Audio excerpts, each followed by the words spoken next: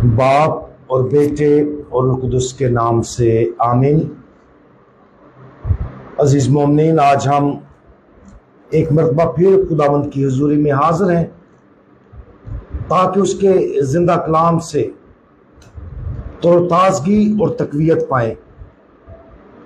آج کے دن ہم خاص طور پر ان زائرین کے لیے دعا مانگتے ہیں کہ جن کی بس کو کل مریم آباد جاتے ہوئے حادثہ پیش آیا اور اس میں 6 افراد خدا کو نظر ہو گئے اور 50 سے زائد زخمی ہیں۔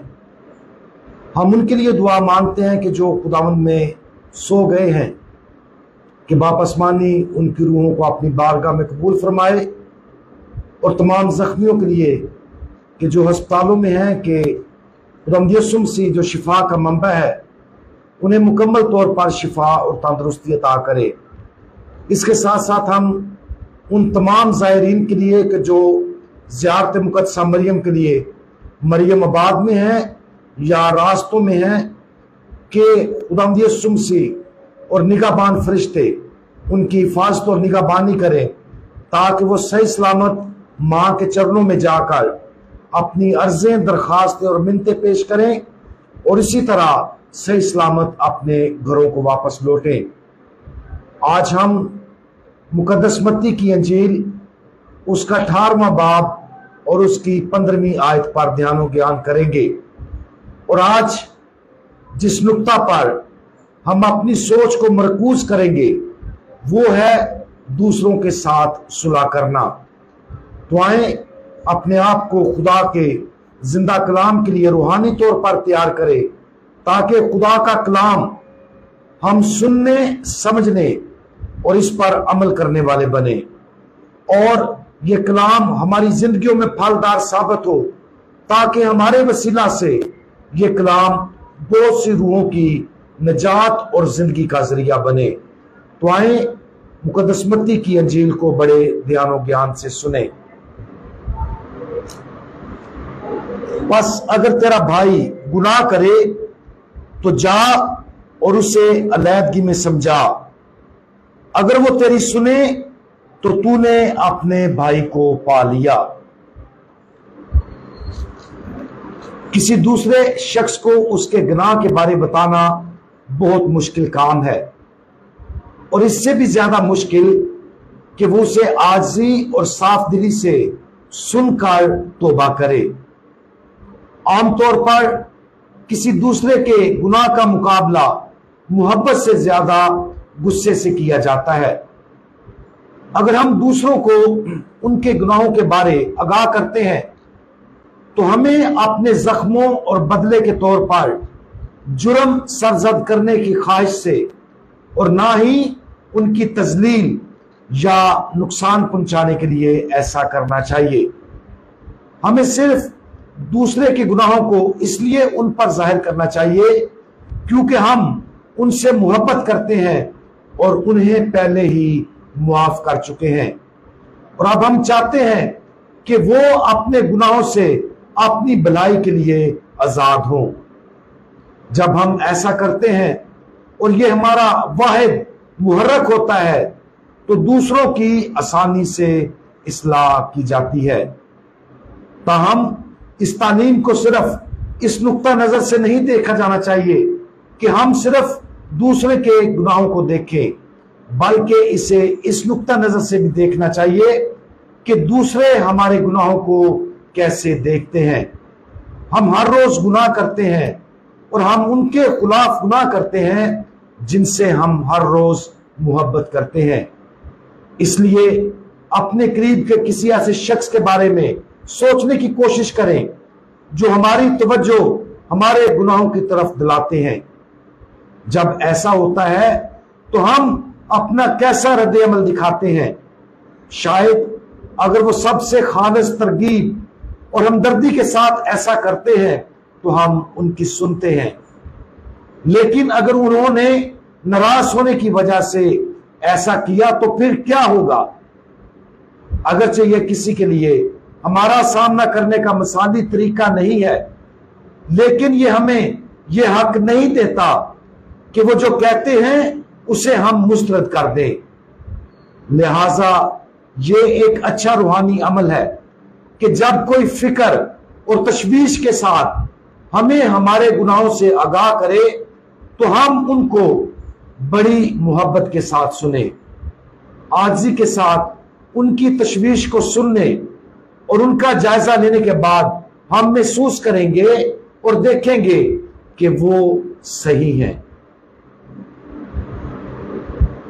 ان کی تشویش اور فکر کا پھر محبت بھرا جواب ہم ایسے دیں گے کہ اظہار افسوس، معذرت اور اپنے آپ کو بدلنے کا عہد کرے۔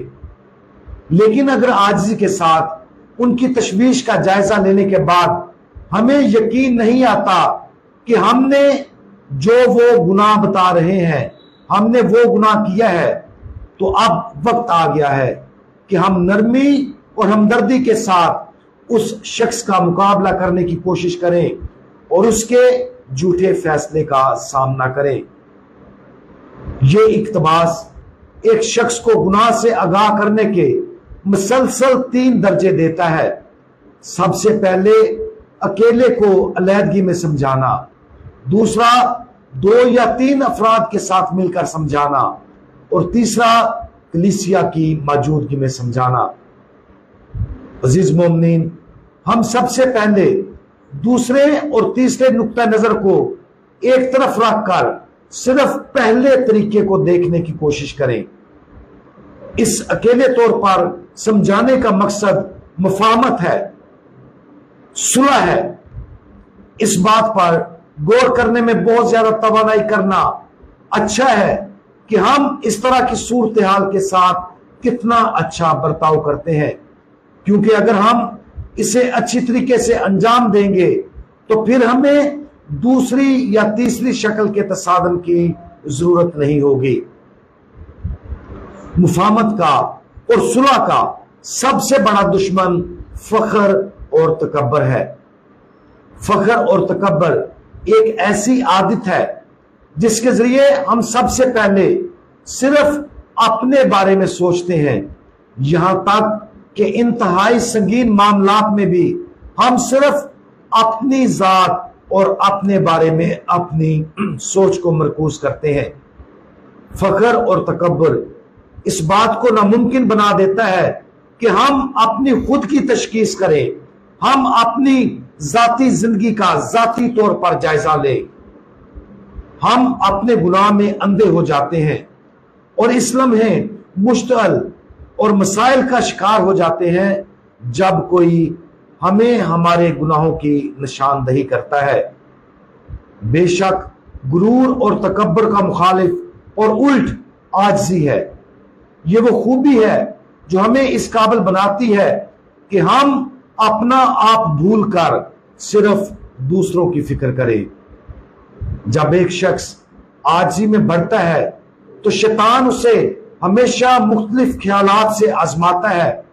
مثال کے طور پر آپ کے بارے میں لوگوں کا کیا خیال ہے؟ میں صحیح ہوں اور دوسرے سب غلط۔ یہ ناانصافی ہے۔ لوگ میرے بارے میں ہی ایسا کیوں سوچتے ہیں اور میرے ساتھ ہی ایسا سلوک کیوں کیا جاتا ہے؟ یہ ایسے خیالات اور سوچیں ہیں جو شیطان ہمارے ذہن میں ڈالنے کی کوشش کرتا ہے، لیکن ہمیں ان فتنہ انگیز خیالات کو ہمیشہ رد اور مسترد کرنا ہے، کیونکہ عاجزی تب ہی کوئی معنی رکھتی ہے جب ہم عاجزی دکھاتے ہیں۔ غرور اور تکبر پسند شخص عاجزی کو بیوقوفی سمجھتا ہے، لیکن حقیقت یہ ہے کہ عاجزی ہی حکمت ہے۔ آج سوچیں کہ ہم کتنے عاجز، حلیم اور فروتن ہیں۔ جب کوئی ہمارے گناہوں کے بارے میں ہمارے ساتھ تشویش کا اظہار کرتا ہے تو ہمارا رد عمل کیسا ہوتا ہے؟ جب ایسا ہوتا ہے تو کیا ہم اپنے آپ کو ناراض اور اپنا دفاع کرنا شروع کر دیتے ہیں؟ اگر ایسا ہے تو ایمانداری سے یہ تسلیم کریں کہ یہ غرور اور فخر ہے اور یہ گناہ ہے۔ غور و خوض کریں اور اس بات پر دھیان دینے میں وقت صرف کریں کہ اگر کوئی ہمیں ہمارے گناہوں کے بارے میں بتائے گا تو ہم اس کو بہت شائستگی اور پیار سے جواب دیں گے۔ اگر مفاہمت اور صلح پسندی ہماری اولین ترجیح ہے تو ایسے تمام رشتے جن میں درار پڑ گئی ہے اسی مفاہمت اور صلح پسندی کی خواہش اور ترجیح سے انہیں بحال کیا جا سکتا ہے۔ مہربان خداوند، آپ اس دنیا میں اس لیے آئے ہیں کہ ہمیں اپنے آپ اور ایک دوسرے سے ملا دیں۔ برائے کرم ہمیں گناہ دکھائیں اور ہمیں وہ عاجزی عطا فرمائے جس کے ذریعے ہم اپنے گناہوں پر نظر ڈالیں تاکہ ہم توبہ کر کے آپ کی طرف لوٹ آئیں۔ برائے کرم ہماری یہ بھی مدد فرمائے کہ ہم ان تمام طریقوں کے لیے اپنے آپ کو کھلا رکھیں جن کے ذریعے آپ ہمارے گناہ ہم پر ظاہر کریں، خاص طور پر جو ہماری زندگی میں ثالثی کا کردار ادا کرتے ہیں اور ہمیں ہماری گناہ آلودہ زندگی سے آگاہ کرتے ہیں۔ پیارے خداوند، آج ہمیں یہ فضل بخشے کہ ہم نہ صرف دوسرے کے گناہوں کو دیکھیں، دوسرے کے گناہوں پر توجہ دیں، بلکہ ہم اپنی گناہ آلودہ زندگی کو دیکھیں اور آپ کی طرف لوٹیں اور توبہ کر کے آپ کے ساتھ صلح اور مفاہمت کی زندگی بسر کریں۔ مسیح ہمارے خداوند کے وسیلہ سے آمین۔ خداوند یسوع مسیح ہمارا بھروسہ آپ پر ہے، آمین۔ باپ اور بیٹے اور روح القدس کے نام سے آمین۔